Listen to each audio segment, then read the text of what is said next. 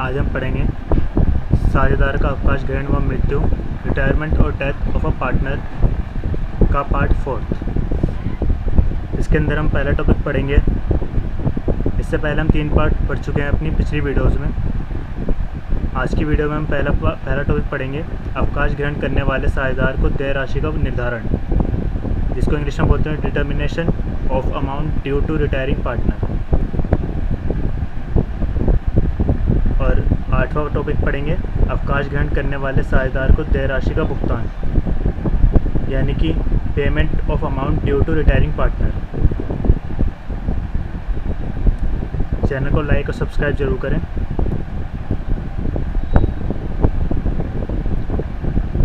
अवकाश ग्रहण करने वाले साझेदार को देय राशि का निर्धारण, मतलब कि determination of amount due to retiring partner.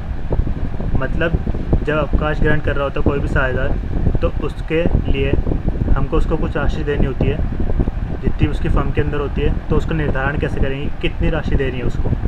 तो अवकाश ग्रहण करने वाले साझेदार का पूंजी खाता तैयार करके उसे दी जाने वाली राशि का निर्धारण सरलतापूर्वक किया जा सकता है। इसके लिए हम उसका पूंजी खाता मतलब कि कैपिटल अकाउंट बनाते हैं। इसके अंदर हम अवकाश प्राप्त साझेदार के पूंजी खाते के धनी पक्ष में मतलब कि क्रेडिट साइड में निम्न मदों को दर्शाया जाता है। पहला, अवकाश प्राप्त साझेदार के पूंजी खाते का प्रारंभिक धनी शेष, जो भी कुछ क्रेडिट में शेष होता है, क्रेडिट बैलेंस होता है, बैलेंस बीडी में हम उसको दिखाते हैं साझेदार के कैपिटल अकाउंट में। फर्म की ख्याति में भाग, फर्म की ख्याति मतलब कि गुडविल में जितना ही भाग होता है वो दर्शाएंगे हम क्रेडिट साइड में। संपत्ति और दायित्वों के पूर्ण मूल्यांकन के फलस्वरूप उत्पन्न लाभ में हिस्सा, मतलब कि एसेट और लायबिलिटी में जितना भी रिवैल्यूएशन करके आएगा लाभ, उसका हिस्सा लिखेंगे।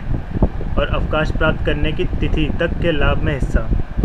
संचय, जिसे हम इंग्लिश में बोलते हैं रिजर्व्स, संचय कोष, रिजर्व फंड, सामान्य संचय, जनरल रिजर्व एवं अन्य अवितरित लाभों में हिस्सा। वेतन अथवा कमीशन यदि प्राप्त होता हो तो। पूंजी पर ब्याज, यदि पूंजी पर ब्याज की व्यवस्था हो तो जब भी लिखेंगे हम, वरना नहीं लिखेंगे। संयुक्त जीवन बीमा पॉलिसी के समर्पित मूल्य में हिस्सा। सरेंडर वैल्यू में जॉइंट लाइफ पॉलिसी के जितना भी हिस्सा होएगा वो हम इसे क्रेडिट साइड में लिखेंगे, पार्टनर के कैपिटल अकाउंट में, जो भी कोई पार्टनर अवकाश ले रहा हो। अब डेबिट साइड में क्या क्या लिखेंगे, पूंजी खाते का प्रारंभिक ऋणी शेष, मतलब कि डेबिट बैलेंस जो भी कुछ होएगा वो लिखेंगे। कैपिटल बैलेंस, कैपिटल अकाउंट का उसके। अवकाश प्राप्त साझेदार द्वारा किए गए आहरण, आहरण मतलब कि ड्राइंग्स, आहरण पर ब्याज, इंटरेस्ट ऑन ड्राइंग। कृत्रिम संपत्तियों के अनुपातित भाग, मतलब कि फिक्टिशियस एसेट्स के जितना भी उसका भाग होएगा वो लिखेंगे हम उसके डेबिट साइड में।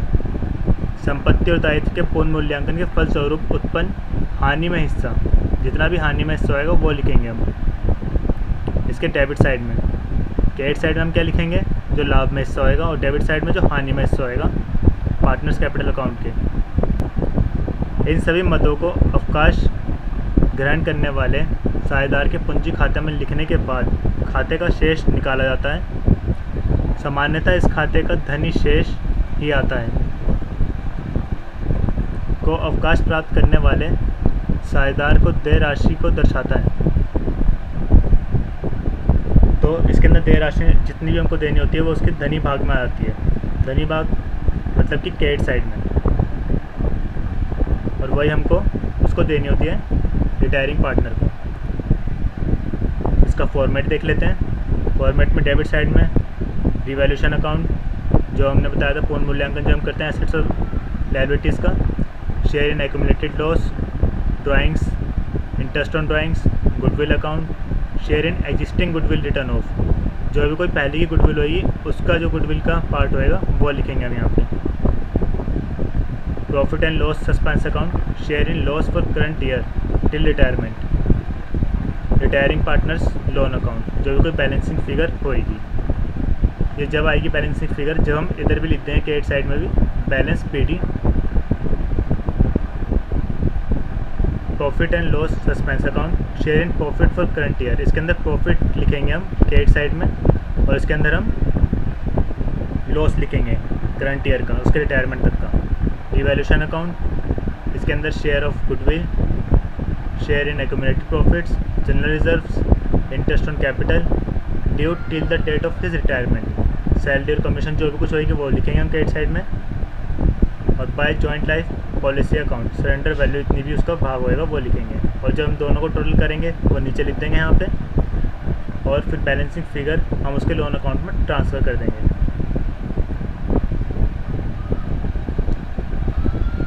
एट पार्ट, इसके अंदर अवकाश ग्रहण करने वाले साझेदार को देय राशि का भुगतान, इंग्लिश में बोलते हैं इसको payment of amount due to retiring partner. अवकाश प्राप्त साझेदार को देय राशि का भुगतान करने हेतु प्राय निम्न विधियों का प्रयोग किया जाता है। इसके अंदर 4 विधि होती है हमारे पास, जिस तरीके से हम उसको भुगतान करते हैं। पहली विधि होती है जब अवकाश प्राप्त साझेदार को देय राशि का एक मुश्त भुगतान, मतलब कि एक साथ ही लमसम हम उसको दे देते हैं जब अच्छी चल रही होती कंपनी। तो अवकाश प्राप्त साझेदार को देय राशि का किस्तों में भुगतान, कुछ इंस्टॉलमेंट्स में देते हैं कुछ समय बाद। थर्ड पॉइंट, अवकाश प्राप्त साझेदार को देय राशि का आंशिक रूप से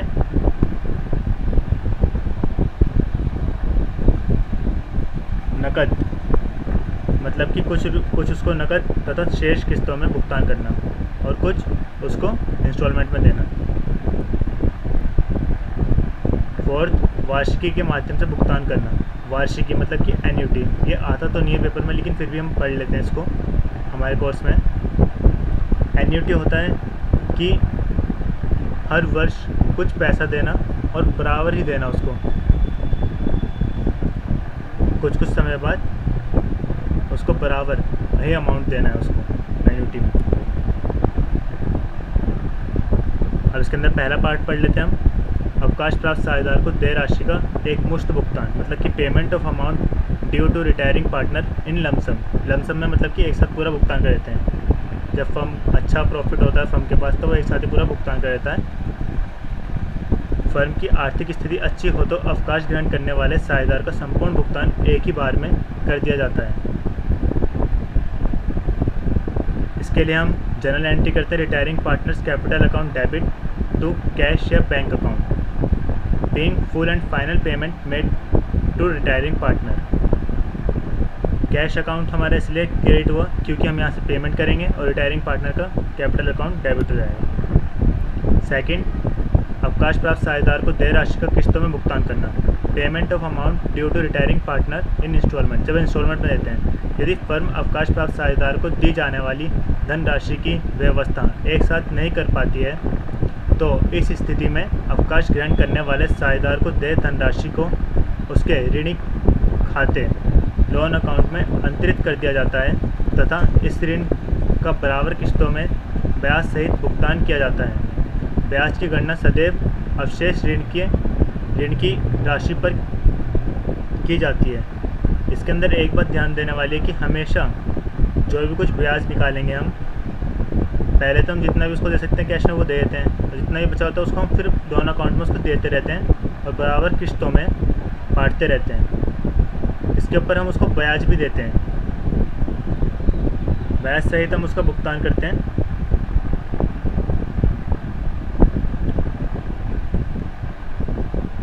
ब्याज सहित भुगतान करेंगे और जो भी ब्याज की गणना होगी वो सदैव हम किस पे करेंगे गणना, अवशेष की राशि, मतलब कि जो बैलेंस बचा होगा उसको भुगतान कर देंगे हम पहले, उसमें जो बैलेंस बचा होगा फिर हम जो करेंगे वो करेंगे अवशेष ऋण पर उसको ब्याज देंगे।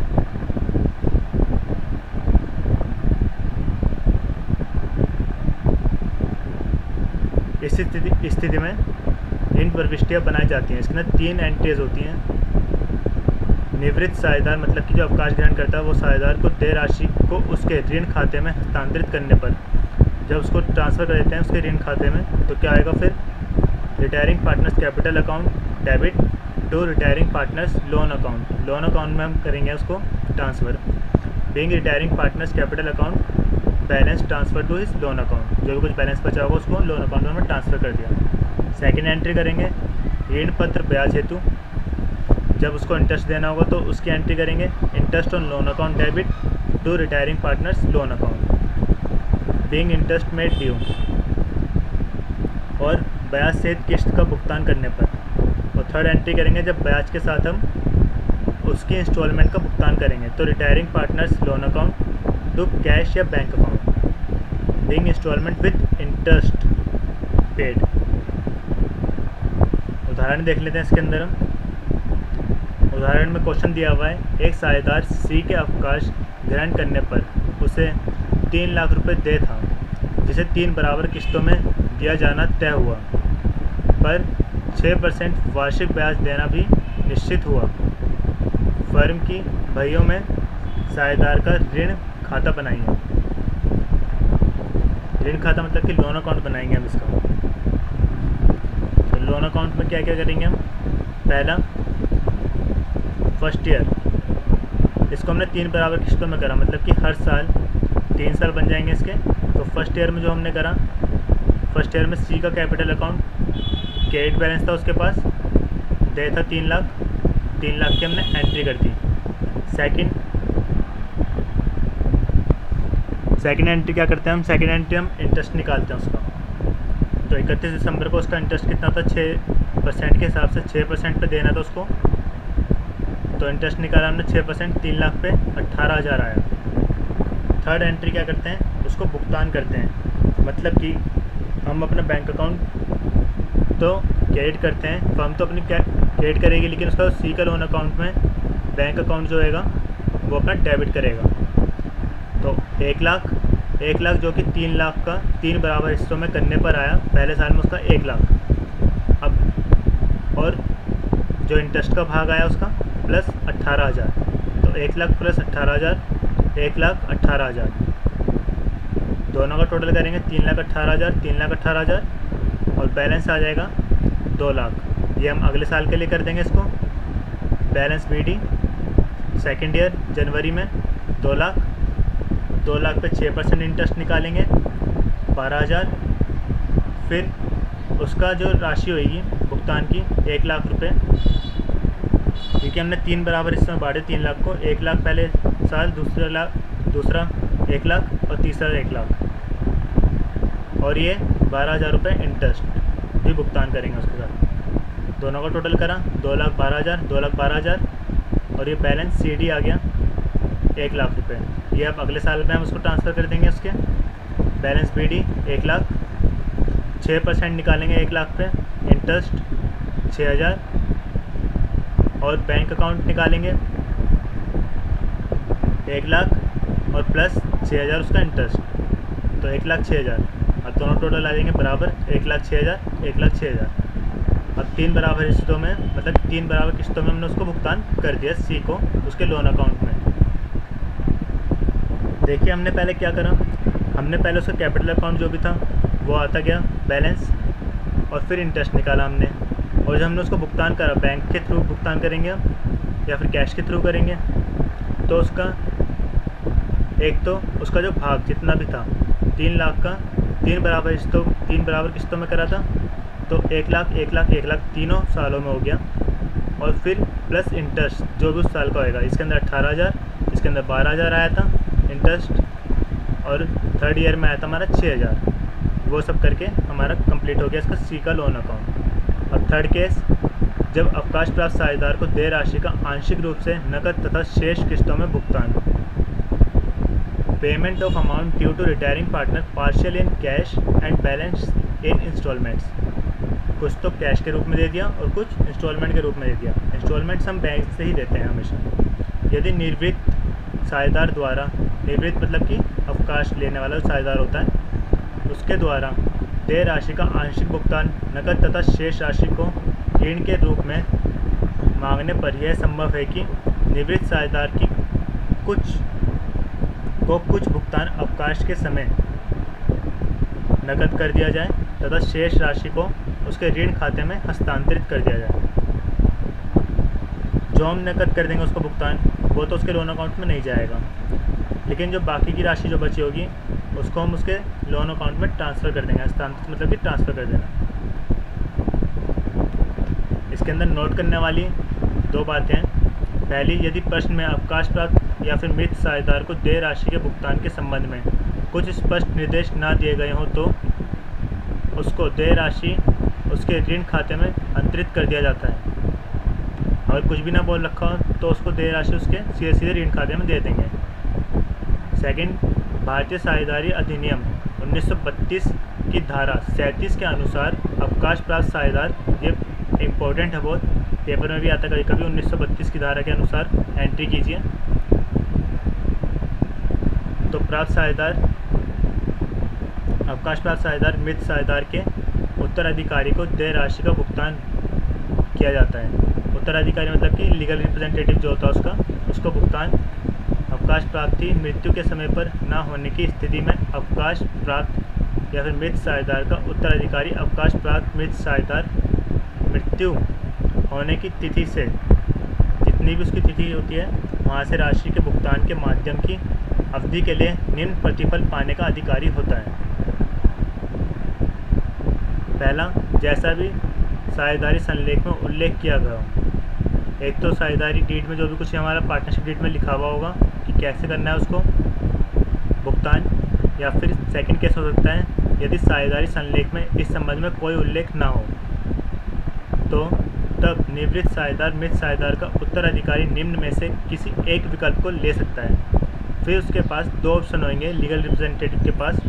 पहला ऑप्शन होएगा शेष राशि, जो भी कुछ लेनी होगी राशि उसको अवकाश प्राप्त साझेदार को, उसका लीगल रिप्रेजेंटेटिव 6% प्रति वर्ष की दर से ब्याज ले सकता है उस पर। या फिर दूसरा, उक्त अवधि के लाभ में अपने हिस्से की लगी धनराशि अवशेष राशि के अनुपात में हिस्सा, उसको निकालने का हमारे पास एक सूत्र होता है, share of profit outstanding amount of outgoing partner, जितना ही बचा हुआ होता है आउटगोइंग पार्टनर का वो amount divided by capital of continuing partner, जो भी कोई पार्टनर उसका चला रहा होता है फिर पार्टनर, उसके बाद में plus balance of outgoing partner into में profit from the date of last balance sheet till the date of retirement of partner. ये इसका सूत्र होता है। और इन दोनों में से उत्तराधिकारी को कौन सा ऑप्शन में जिसमें बेस्ट उसको लगता है ऑप्शन, उसको ज़्यादा राशि प्राप्त होगी जिसमें धनराशि, वही वाला ऑप्शन वो कर लेगा एक्सेप्ट। चलिए एग्जाम्पल के माध्यम से और समझते हैं इसको। पी क्यू तथा आर एक फर्म में 2:3:1 के अनुपात में साझेदार थे। क्यू फर्म से अवकाश ग्रहण कर लेता है। सभी समायोजनाओं के पश्चात क्यू की पूंजी खाते का 1 अप्रैल 2016 को धनी शेष 22 लाख रुपये दर्शाता है। क्यू को 6 लाख का चेक के माध्यम से तुरंत भुगतान कर दिया जाता है तथा शेष राशि को 4 बराबर अर्धवार्षिक किस्तों में 10% वार्षिक ब्याज सहित भुगतान किया जाना तय हुआ। क्यू का ऋण खाता बनाइए। फर्म प्रतिवर्ष 31 मार्च को अपनी पुस्तकें बंद करती है। अब यहाँ पे दो चीज़ें हैं, एक तो उसको 10% ब्याज मिल रहा है जितना भी उसका चेक के बाद जब भुगतान होएगा, मतलब कि चेक से तो उसने कर दिया 6 लाख रुपए इन्होंने भुगतान, फिर कितना बचेगा उसको 16 लाख बचेगा। उसके बाद में उसके ऊपर उसको 10% ब्याज भी मिलेगा और इसके अंदर लेकिन 4 बराबर किस्तें हैं अर्धवार्षिक, मतलब कि आधे साल बाद 6 महीने बाद। तो इसका सॉल्यूशन इस प्रकार है।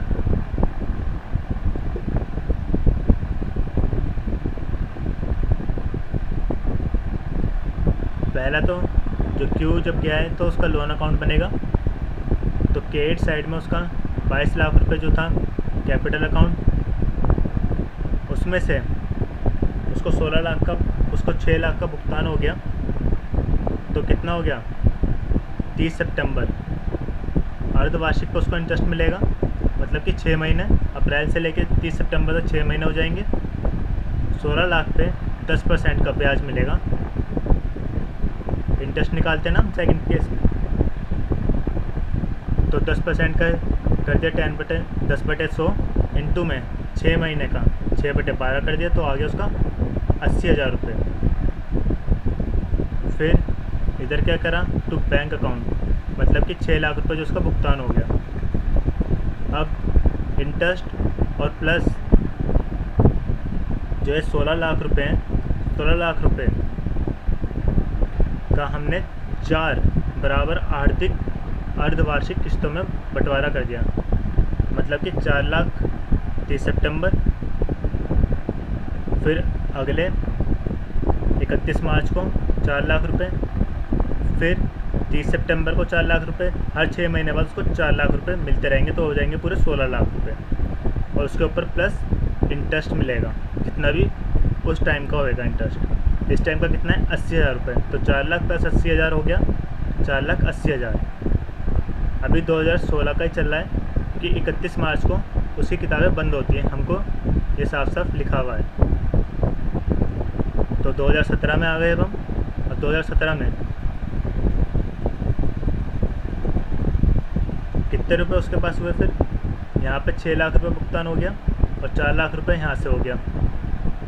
मतलब कि 6 और 4 10 लाख रुपए, तो 22 लाख में उसके पास 12 लाख रुपए बचे। अब 12 लाख रुपए का 10% 6 महीने, तो हो गया उसका 60,000।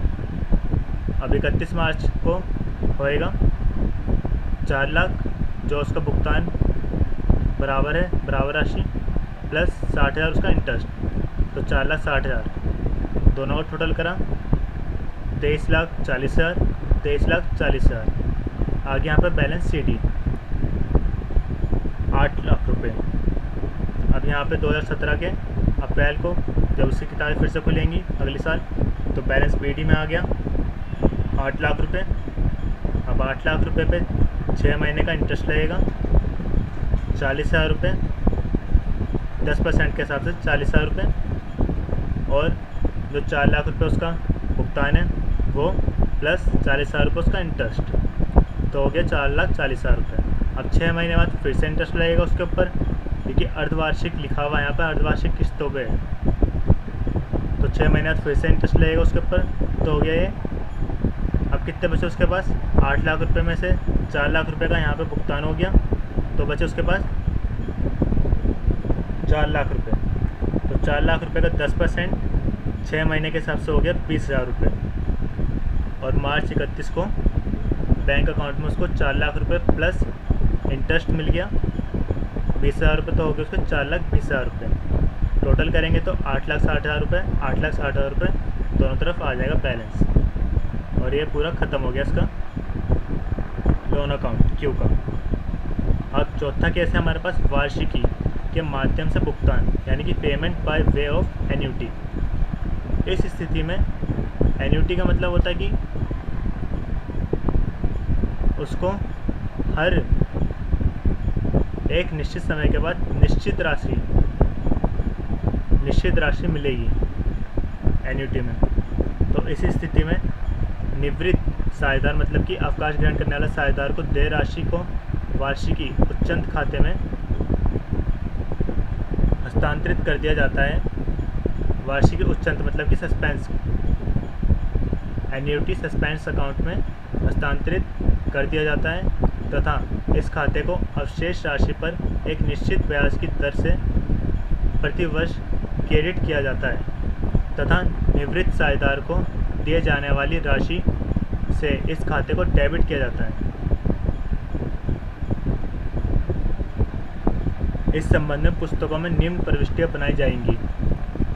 3 प्रविष्टियाँ बनेंगी इसके अंदर भी, 3 एंट्रीज बनेंगी, जनरल एंट्रीज। पहले, निवृत्त साझेदार के पूंजी खाते के शेष को वार्षिकी उच्चंत खाते में हस्तांतरित करने पर, मतलब कि जो भी उसका शेष होएगा वार्षिकी सस्पेंस अकाउंट, मतलब कि एन्युटी सस्पेंस अकाउंट में ट्रांसफ़र करने पर क्या बनेगी entry, retiring partners capital account debit to annuity suspense account, being balance of retiring partners capital account transfer to annuity suspense account.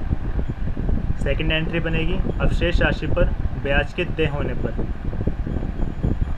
जब उसको ब्याज मिलेगा बची हुई राशि पे, तो क्या होएगा, interest account debit to annuity suspense account being interest due on balance amount. और थर्ड, वार्षिकी का भुगतान करने पर, जब एन्युटी पूरी उसको भुगतान हो जाएगी तो फिर क्या होएगा, annuity suspense account debit to bank account, क्योंकि हमारा कैश कम होएगा फर्म का, being payment made by annuity. इसी के साथ हमारा ये वाली वीडियो ख़त्म होती है। तो थैंक यू। आज हमने इसके अंदर दो चीज़ें पढ़ी। पहले तो डिटर्मिनेशन पढ़ा कि हमको जब अवकाश कोई ग्रहण करता है कोई भी साझेदार, तो